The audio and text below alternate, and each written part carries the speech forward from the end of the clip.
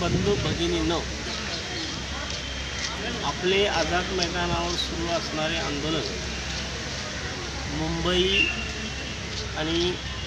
देशभरात तांत्रिक अडचणीपोटी मुंबई शहराला हाय अलर्ट दिला असल्यामुळं विधानभवनाचं कामकाज आजपासून तहकूब केलेलं आहे। त्या अनुषंगानं आझाद मैदानचं आंदोलन आपल्याला काही कालावधीसाठी स्थगित करावं लागत जरी असले तरी आपला HSC बोर्ड पेपर तपासणी कामकाजावर बहिष्कार जो आहे तो जोपर्यंत आपली मागणी दिलेल्या निवेदनाप्रमाणे पूर्ण होत नाही, यामध्ये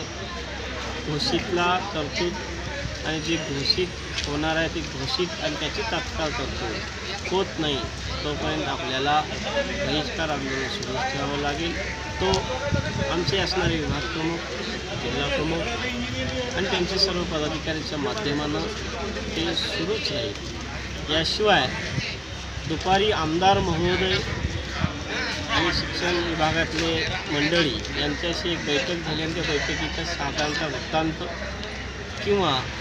मंत्री महोदयाच्या दिवसभर आमदारांनी घेतलेली भेटी, शिष्टमंडळातल्या लोकांनी आमची घेतलेली भेटी, याच्यामधून कॅबिनेटमध्ये विषय घेऊन आपले सर्वांचे विषय उच्च माध्यमिकातसुद्धा मार्गी लावण्यात येईल असं म्हणतात। आणि म्हणून हा मार्गी लागण्यासाठी आचारसंहिता पुढे जाते याचा आपण फायदा घ्यायलाच पाहिजे